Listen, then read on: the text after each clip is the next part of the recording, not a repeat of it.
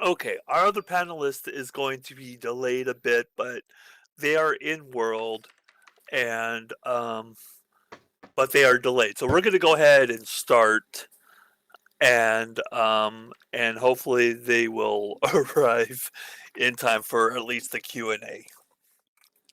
So good morning, good afternoon, good evening wherever in the world you are. I'm ZenMondo Wormser, a former professor here at Caledon, Oxbridge, and an online activist. And what we're talking about today is a proposed European Union policy called chat control.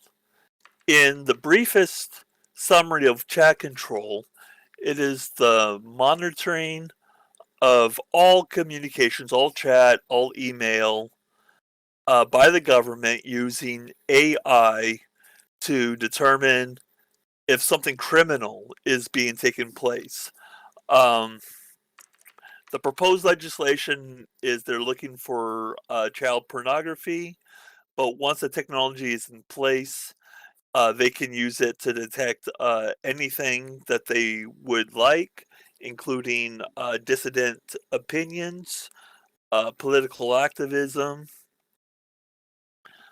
uh, confidential sources for journalists, and abuse victims. The main problem with monitoring by AI is that it is a very high rate of false positives. Um, about for images, about 80% false positives for detecting child porn. Um, an example is that family photos of a vacation at a beach in Spain are flagged as child porn, and this is automatically reported to the government, to the police, and um, and put someone under a pall of suspicion. Uh, for those of us in America, we already have a version of this done by the surveillance capitalism model. That's like Facebook and Gmail and stuff like that. Recently, a friend of mine posted a picture of her daughter in the hospital that got flagged as child nudity. And so this is an example of the AIs in use that that do these false positives.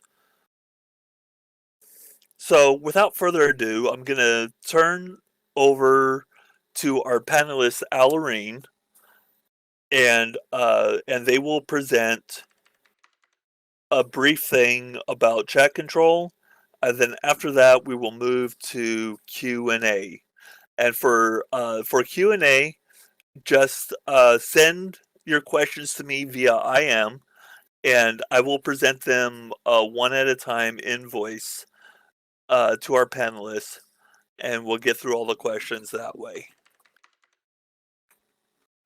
Okay, Alderine, why don't you go ahead and take over? Okay, thank you very much, ZenMondo, and thank you all for coming. Right, basically, it is as he had said. The piece of legislation came about last year, or it was being proposed, and they have a form of it that started in the summer of this year, which was that okay, all your chats, which is in all the different app formats, would be monitored for key phrases, as like the AI would work. It would also be monitoring your photographs that were present that you're using in chats. As ZenMondo pointed out, that a friend of his photograph had been, oh no, was it in Spain, wasn't it? A photograph in Spain had been flagged. Now, this will also come across as, like we all know about autocorrect. So you autocorrect if your app is autocorrecting and comes out with a funny phrase or something that can sound a bit suspicious. We all laugh at that. Now those are going to get flagged as well under the current legislation. So we would be accused of inappropriate content and our information will be sent out to various police forces around the world, or be available to them without our knowledge. There's no warrant for any of this. We're not, we're not being investigated, but we're automatically assumed as being guilty. Now, this will affect you guys quite a lot in the sense that you're role playing. So the potential for you being flagged is quite huge, in that you're having a role playing scenario that is your own personal thing, that could flag up on the AI. I think what else is there to put back? And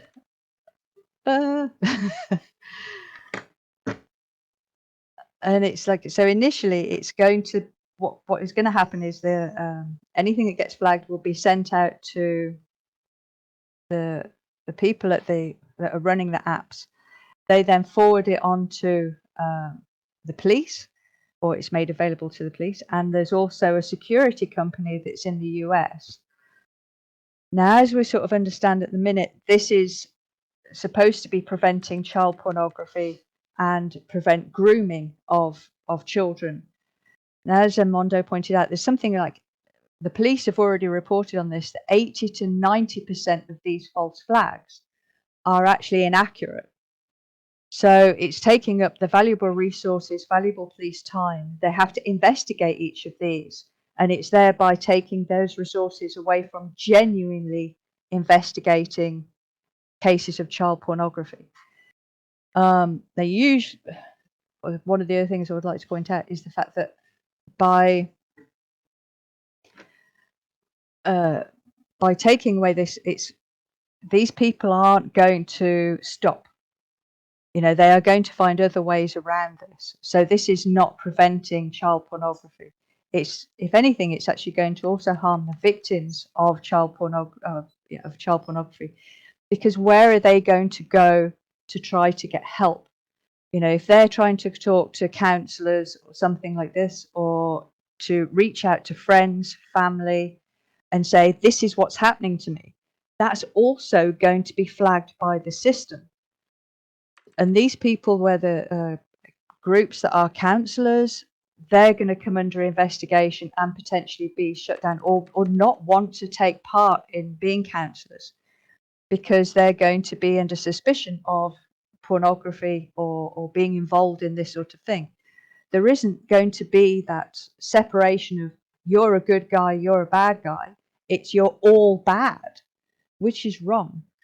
Then the countries are certainly going to use this as an excuse, because once they have the access to all of our data, they can expand on this and say, well, we already have this, so we should go after these other group of people who are dissenting, people who are objecting to the way we do things. And this is basically a mass surveillance, and eventually it's a mass form of censorship.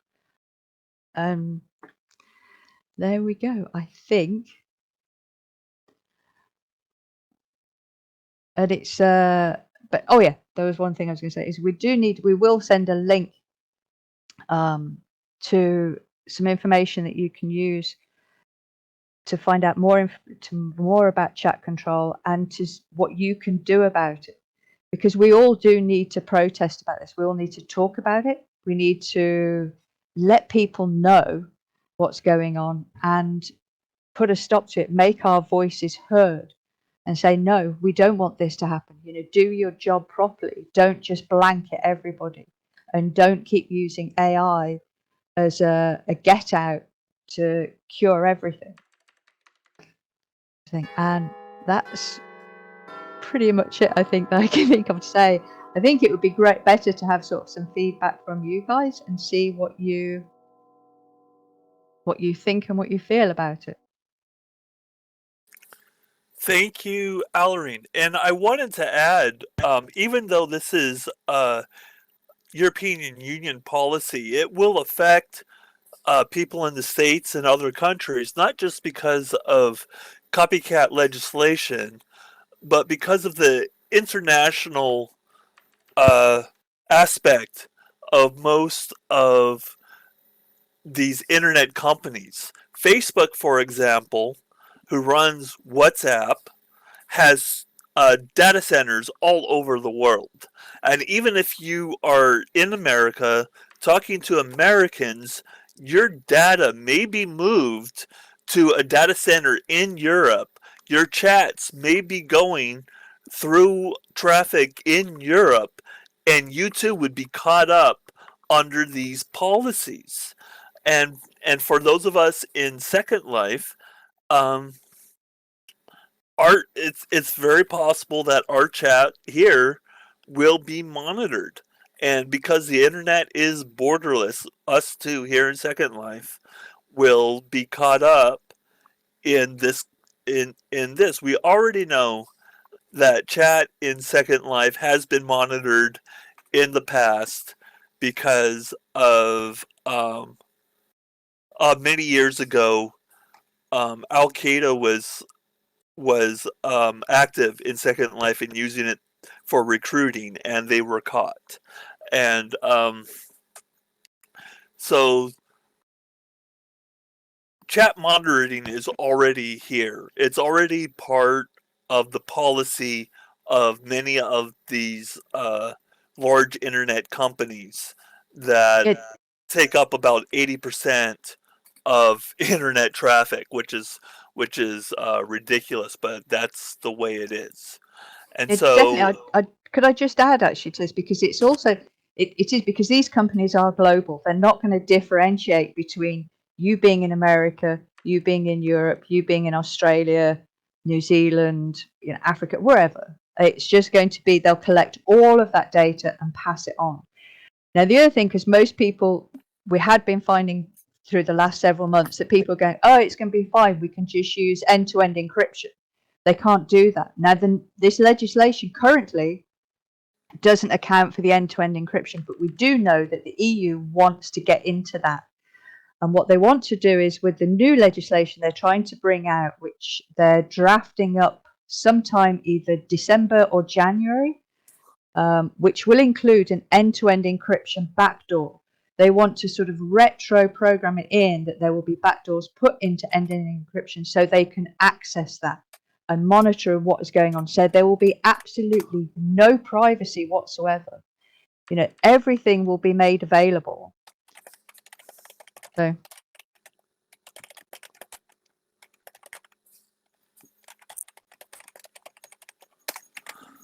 okay, so our other panelist is in Discord with me. He's coming in on Firestorm, and he will be here momentarily, having a little bit of tech issues. But so I think we're gonna open up to question and answer. And again, if you have any questions, send me it in IM, and I will read it out in voice. And myself or Owlerine or our other panelists, when they get here, will answer. Okay, and it looks like I have questions coming in, and I will take them in the order that that I get them. And the first question is from Sumo Itano. And their question is, who is behind this push for monitoring by the EU? So who is behind it? well, it's basically there's oh my gosh, I have the thing here. Give me a sec. I want to be absolutely right. Well, the main people it's Ursula von der Leyen, who's the main person that's pushing this. And there's her, and there's actually a group of others that they seem to be the ones that are really getting behind trying to get this get this legislation pushed through. She's in league with another guy. What was his name? I'm trying to find it here.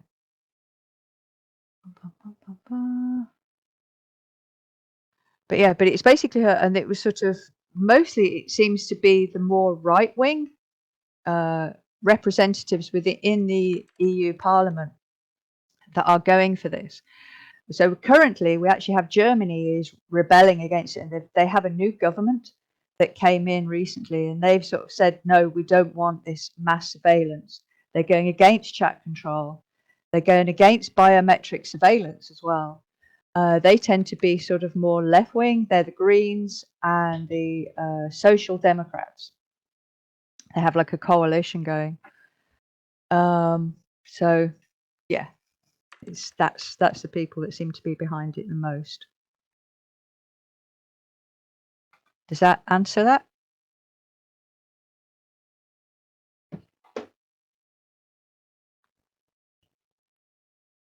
Okay.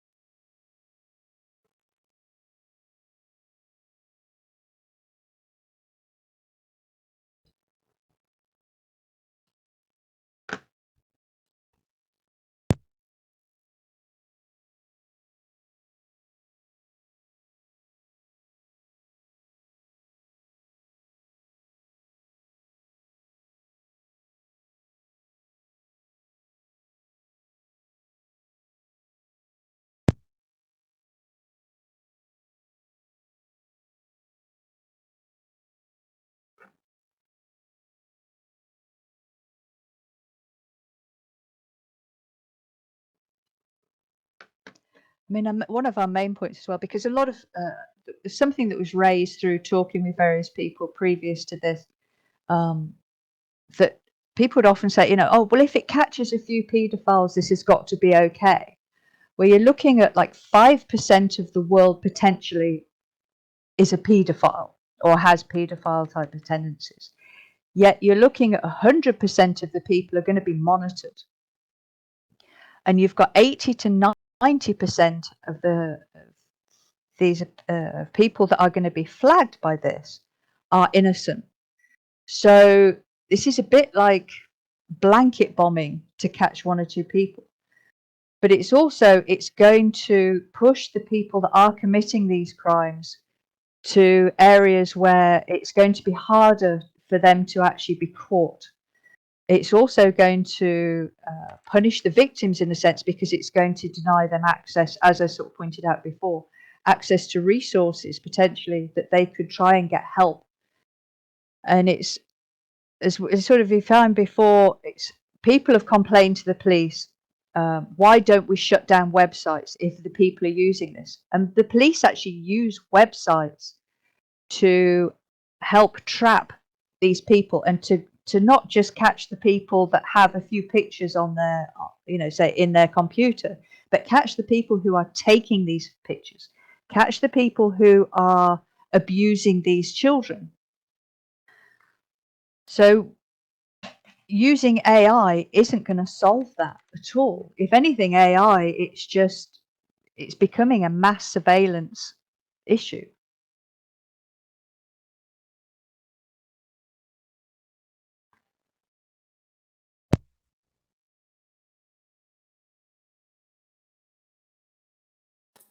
Okay, and there's a little bit more to the first question.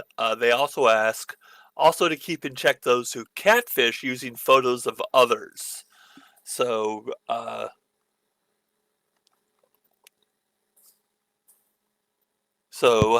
does this affect, or what should the authorities do to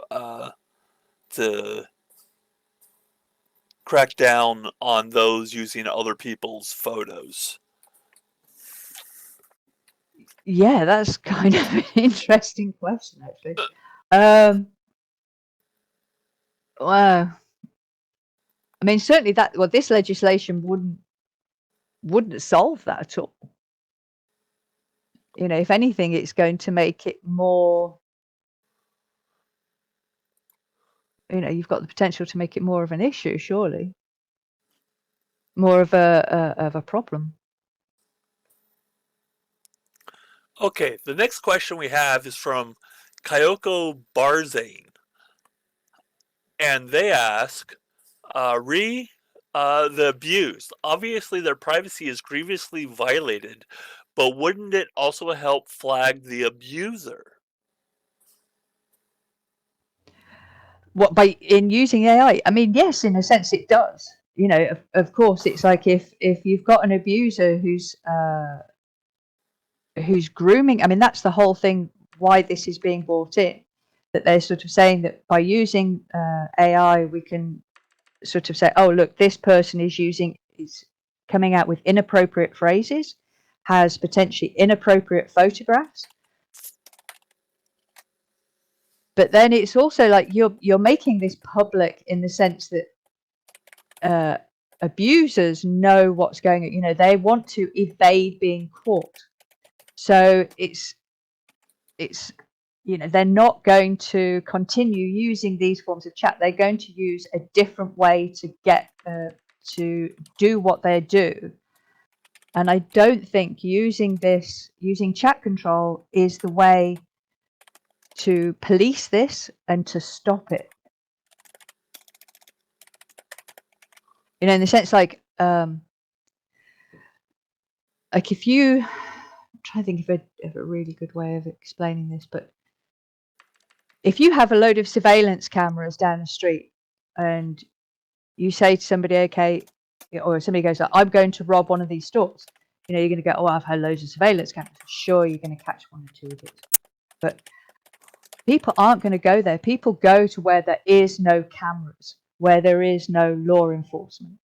So you know that this is what's happening.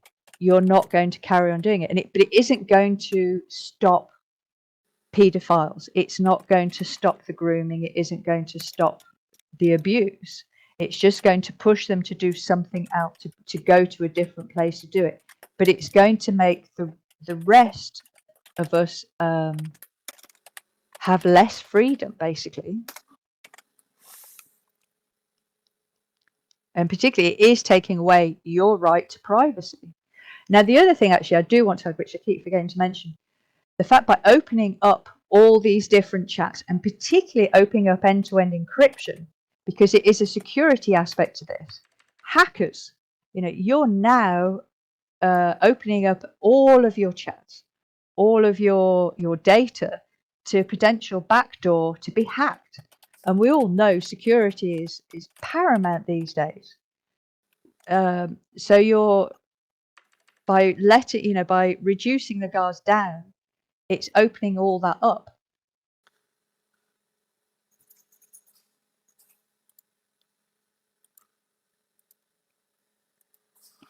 Okay, I'm bringing in our other panelist, John Doe, and there he is.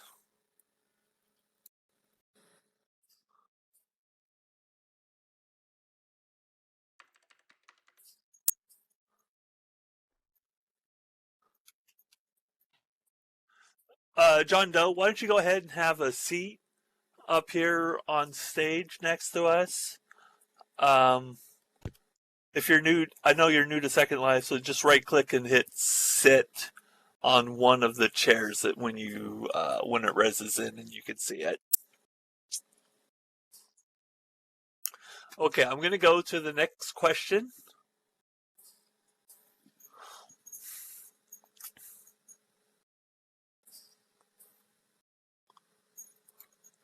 And this is from Pink Samurai Fair Lady.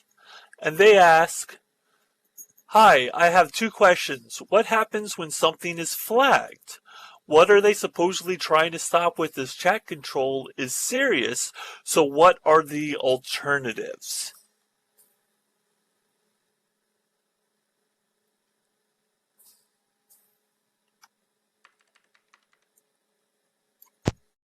Okay, if I'll sort of try and answer this. If it is flagged,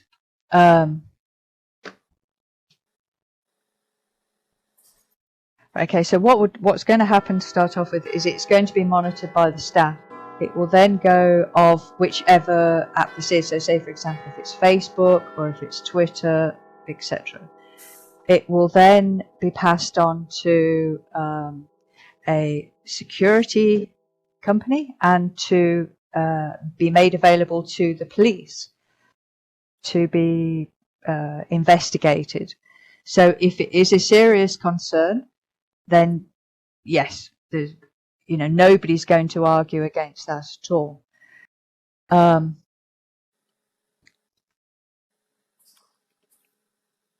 And hi, John.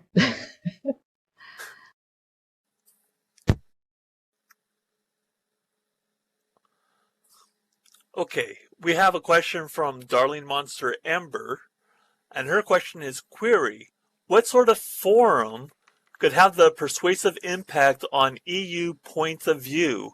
I cannot think of any leverage authority to reverse this. Right, okay, this is a good question. Well, the thing is, you've got like 70% of Europe is actually against this. Nobody wants this invasive, all this invasion into their privacy.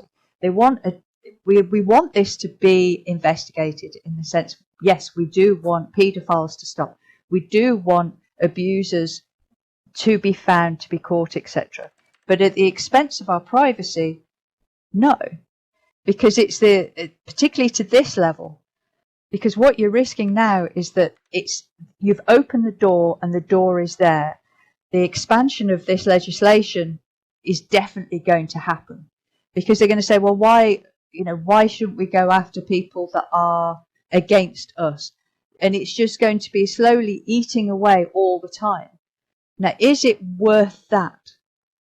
Is your privacy actually worth just giving it away so easily? There are ways that exist right now that people are investigating paedophiles, that the police are there working day in, day out to catch them. They are using, like the same as ZenMondo pointed out, that you had ISIS people that were using Second Life to communicate. And the police are able to investigate that by keeping this open, not by blanketing, with, let's surveil, do a mass surveillance into all of your accounts.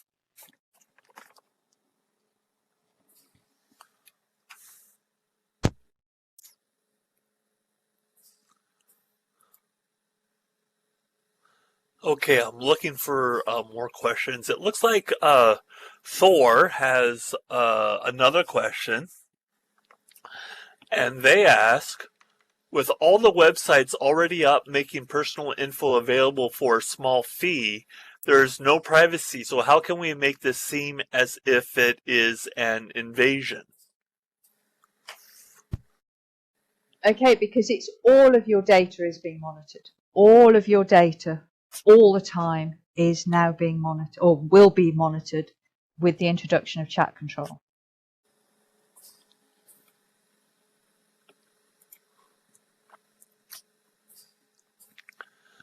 And Kyoko Barzane has a comment, and they say, from philosopher William Parent, privacy is undocumented information about you being made.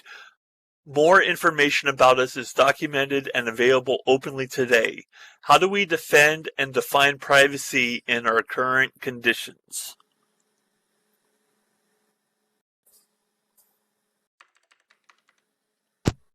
Yeah, that's a very good question, actually, because normally, okay, so your privacy right now, you assume that things that you post publicly on Facebook, things that you post publicly on Twitter or whichever platform, is a public thing.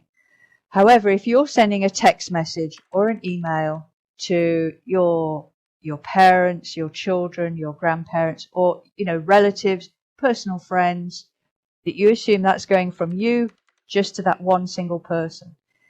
Under chat control, that's all gone. That is now made available to everyone as if you were posting it publicly, in the sense that it's not just going to that one person. It's now going to, so say for example, you're using a messenger app, just a straightforward phone, sending a text message to your friend. And you're assuming that that's a private, personal matter. But it actually won't be, because it's the phone provider is now looking at that, and that gets forwarded. If it has the AI, if it gets flagged by AI, it will then go to, it will then be forwarded around to all the police, or be made available to the police. Now, there's something also I would like to point out with this, that is, you can actually search this yourself on the internet. If you put in put in police using police computers for dating or as a dating website. There are numerous stories globally of police abusing the system to either look for women or vulnerable people to, should we say, form a relationship with or groom. Now that is a scary statistic and a scary group of people, scary stories, whatever. That the police are actually abusing the information that they get. Now with chat control, we are now opening up the amount of information they get quite substantially to say, look, we have all of these people that have, that we suspect of these photographs, this information, whatever. This can now be open to blackmail by the police, because the police aren't all the perfect people that they should be, that we hope they are.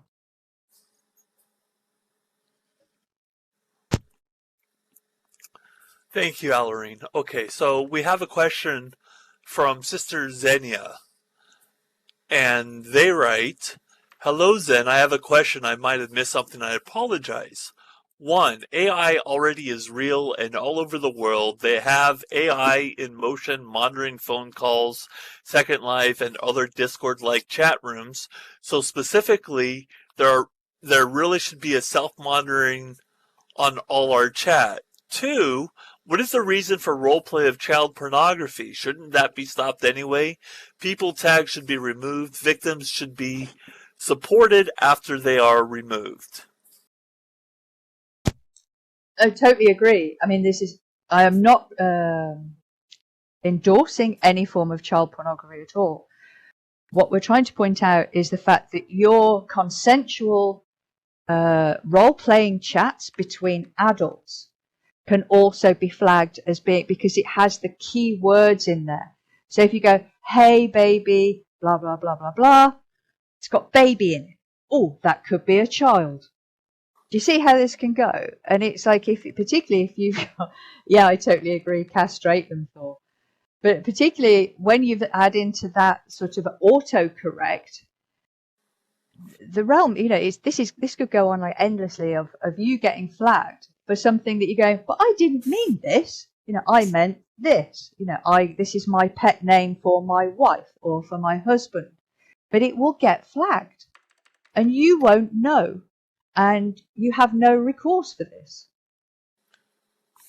And just imagine, you go on holiday, and as you're sat there at customs and immigration, and you're going, this is me, this is my passport, and as they're sat there on their computer, printing out all the information about you, and it comes up, suspected paedophile.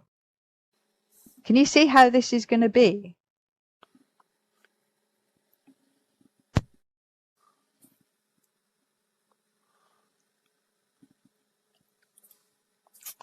Okay, we have another question from Sumo Itano, and they say, "The child porn thing sounds like a great cover. What do you think they are really after? That or something broader and perhaps more sinister? Have we not learned anything from science fiction? This could go horribly wrong. Do the EU people not recognize that at all as a risk? Do EU people not recognize that at all as a risk?" Yes, this is exactly what's going to happen, because this is the point. If you put it through as this is legislation against paedophilia, against child abuse or child sexual abuse.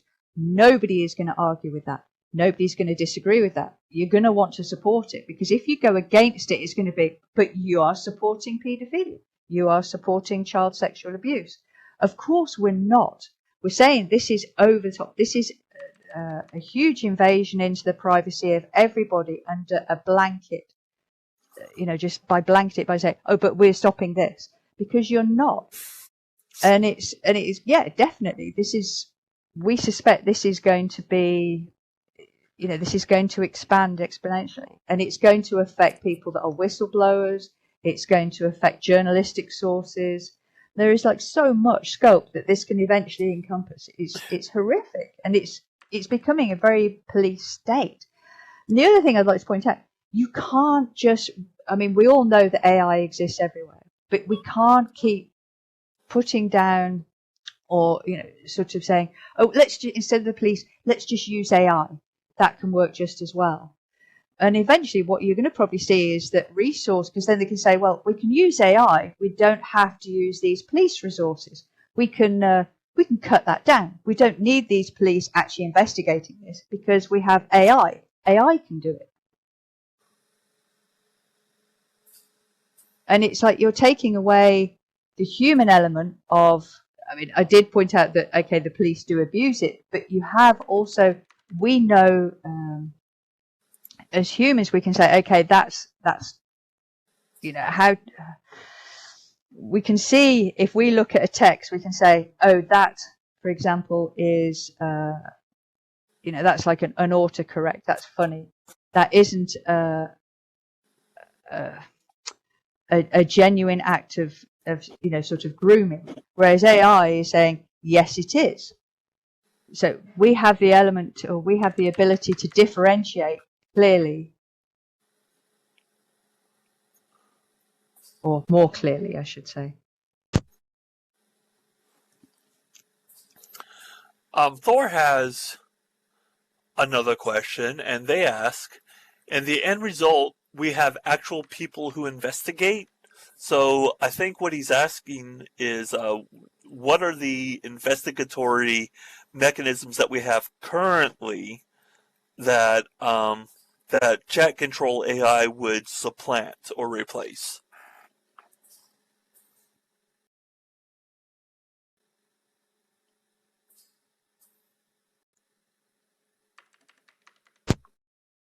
Well, currently we don't know because this is all very new. But by saying that, I think it's my supposition really that I think that the authorities will be saying, well, we can use AI instead of current police because it's cheaper.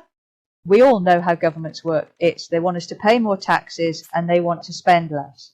Well, to spend less on us and to spend more on them, sort of thing. So we do know they'll be cutting. If we cut this, we can save money here. So I would say that's actually more my idea, I think, of what they will eventually do.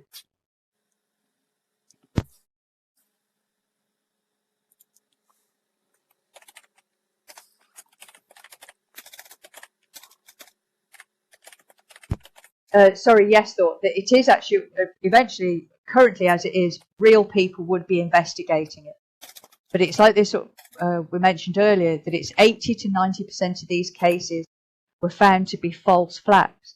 Now, the police have to investigate those anyway, because it's passed on. It's like, oh, we have this suspected thing. So it is taking away time and resources from investigating real paedophiles, real child sex abuse, instead of concentrating on what they would be doing before by saying, okay, following legitimate leads, etc. You see what I mean? Because you've got, say you've got like 100 cases sat on your desk, you've got to investigate all of those. Yet 70 to 80% of 80 to 90% of those have been generated by AI.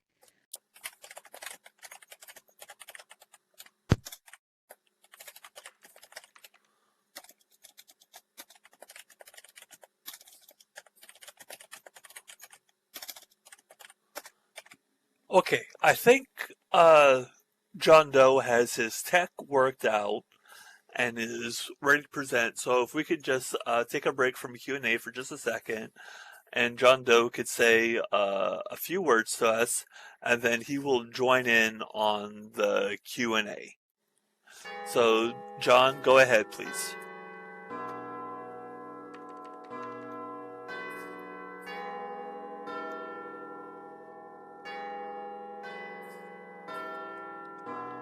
You hear me okay?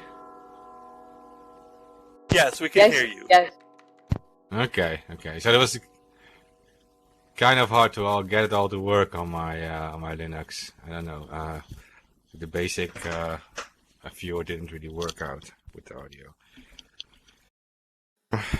Yeah, so I don't know how much you guys discussed already because I kind of missed everything. I heard the last part, and that is about suggesting that it has to do with child sexual abuse, child abuse online. The thing is, when you take over the access to the communications of everyone, it means everything, right? And to argue that you're doing this from a standpoint to catch criminals is flawed, of course, because 99% or more of communications are just normal communications, and you're assuming guilt over innocence. You're assuming people could be guilty already before they have been trialed, right? Before they've been tried, and you would argue that you have the right to take over the communication of everyone because they are probably doing something illegal. Well, so we had this example before with organizing protests, for example, in the streets, and like the right to protest is legal, and then there are some entities that say like, well, you can't do the protest now because maybe you are going to commit violence or whatever, so we can make the protest illegal. And I was arguing, saying that, well, you can't make it illegal to drive a car just because you can drive to a red light with it, or you can overrun someone with your car, right? I mean, driving a car is completely legal, but of course you can drive too fast, and of course you can cause issues. But to assume everyone will be doing this and giving everyone the same limits, or surveilling everyone in this case just because they could be doing something, is of course a huge invasion of privacy. And second, that the fact that they are planning to do this automatically using artificial intelligence, right, to do this. Artificial intelligence can't judge context on morals. They can't judge on situations.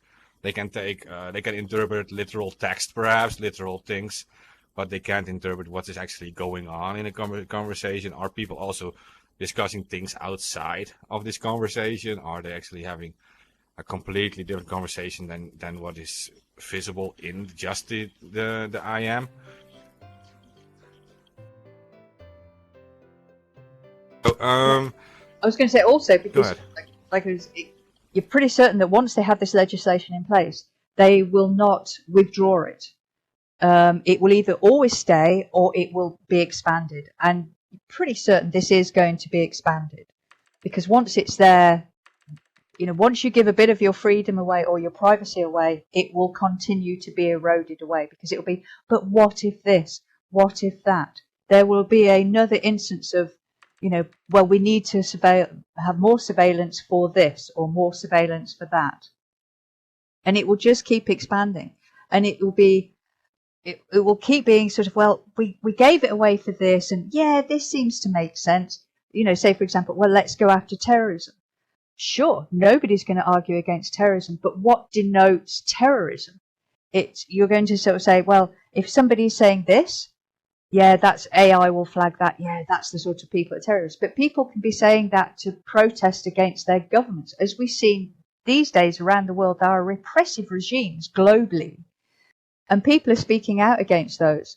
Those repressive regimes can say, well, we can adopt this. We can, we want to be part of it, use AI to monitor all of these things. And go after legitimate people. I would jump in on that, because they tried this in the past with the Tor browser, for example. And the Tor browser, we all know that there's a lot of disgusting shit going on there, right there. I mean, people are trading, people are doing a lot of illegal stuff there, right? But it's also used for a lot of legitimate things, right? There are journalist activists in war zones, like think about Myanmar or in even in North Korea, right? People are using the Tor browser to stay anonymous online. And give the example of WikiLeaks, it uses .onion, a Tor Dropbox, where you can drop documents and you can safely whistleblow if you are a witness to something. And it will be impossible to trace who actually dropped the file. So, but the authorities, like here in my own country, in the Netherlands, but also in the rest of Europe, have tried to make Tor illegal, and by saying like, yeah, a lot of pedophiles use it, right? Which is true. But the thing is, it's also used for legitimate purposes, and that is that kind of the thing. They're using the excuse of some criminals using it, and that is the same as with this chat control thing. Some criminals are using it, so everyone has to give up their rights to somehow stay safe or keep things clean from criminals. Well, this is not going to solve crime. That is one, because they will find different ways to do it. The only thing it's going to cause is that we will be all surveilled. And that's the thing. Like, it's not going to solve anything. Like, serious criminals will always find a solution to this thing. And the governments know this too. Like, the authorities know this too. They know that hardened criminals will find their solutions. They will find other encrypted methods.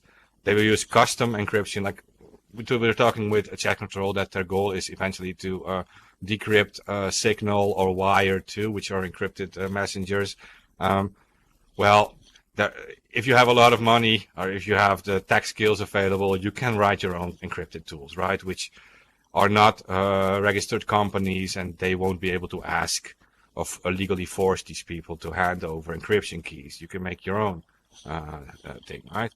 But problem is the masses don't have access to this. The masses use these WhatsApp or Signal or Telegram, and they expect some form of privacy. And even though the apps don't always offer it, the law used to offer it, right? So even though they can use some scanning things to show you like targeted apps or whatever, they're not allowed to automatically scan your conversations and then put you to prison based on what they found on it. That's not how it works. And there's also a difference between surveillance by the Secret Service, for example, like the NSA or whatever, and legal surveillance. There is a big difference. Like, when the NSA surveils you, wiretaps you or whatever, they can gather information about you, but the information is useless in a court, because this is done to see if you might be a suspect. And then when you become a suspect, then they can get permission from a court or whatever to start a legal investigation into you. And that's when the police or whatever gets involved, and you can get arrested, right?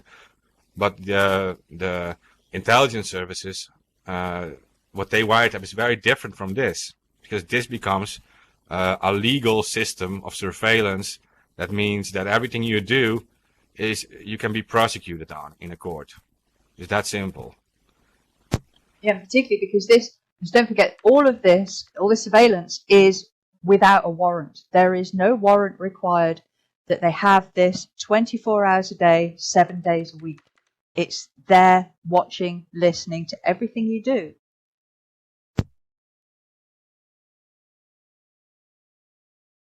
I wanted to jump in a little bit about the false positives on AI, what John Doe was bringing up, how AI doesn't understand context. Like, most of us are encountering AI monitoring from our Facebook posts. And as many of you know, moderation on Facebook has largely been turned over to AI algorithms. And these things do not understand context. They do not understand sarcasm. And people, and they don't understand, and plus they favor things like bigotry and white supremacy, but speaking out against these things are punished, because the algorithm is not perfect. It's very poor.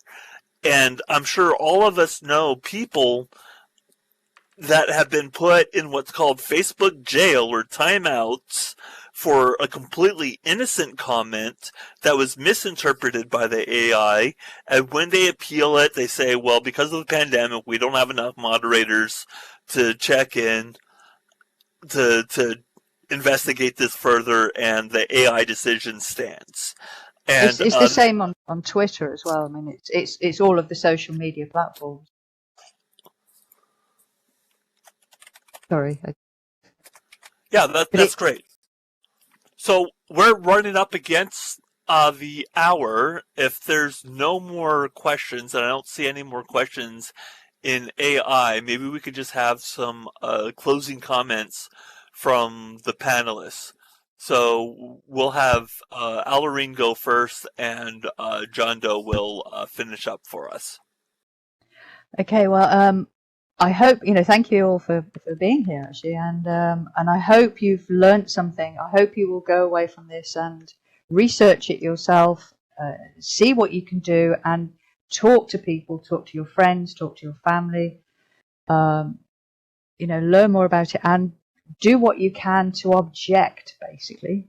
We'll give you a link to a couple of websites, I think, to do some more information, or that will give you more information, give you sort of some contacts of things that you can do going on from here.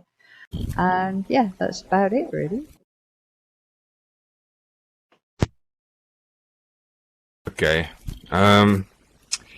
Yeah, so I'm sorry I couldn't be here earlier, but I do want to suggest that this is not going to be the final meeting about this, because this is actually pretty much the beginning of this war for privacy.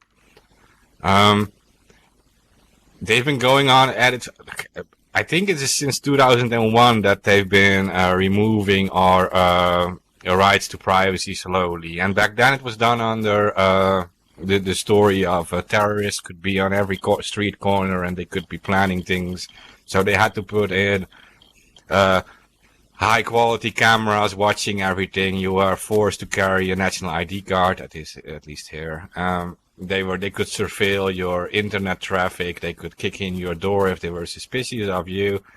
They could surveil your phone conversations and screen through it if you might be making some bomb or something, or if you bought artificial fertilizer, so you could be a suspect of making bombs. Like, this is the thing, and it's been going on for a while now, but they are now hitting directly into the masses, making it obvious that their goal is to completely remove our privacy online. They want to have complete oversight over everything. And while they've already been doing it like in secret behind the scenes, they're throwing it in the public now. And that means the public is also going to be directly affected by it, and it's going to be directly visible for them, right? So the normal people will be able to see, they'll probably get a message like when they start their instant messenger, like all your conversations are being watched, know what you're saying or whatever. So they will know that this is going on, and if they don't, that will probably be the most important thing we have to do, is actually tell them all that this is actually going on, and this is going to happen, and this is going to be normalized at some point, and next generations will not remember how it was before that. So they will be so used to it, it will be part of their life, and they will agree with it. They will not protest it because they think this is normal. This is how the internet is, and there was never anything else. Now, for us, I think this meeting is a good start, but it should not be like the end of it, right? We should now plan other things, make podcasts about this, contact other podcasters, contact big YouTubers, for example.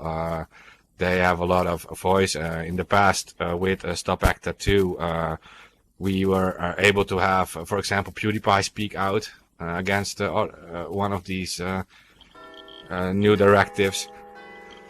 We can do this too now. We can contact all these podcasts. We can contact all the people who are going to be affected by this, because pretty much everyone is going to be affected. So I suggest we do another seminar like this soon, and make sure that we invite as many people as possible. And I thank you all for at least showing up here, and because this is very important, and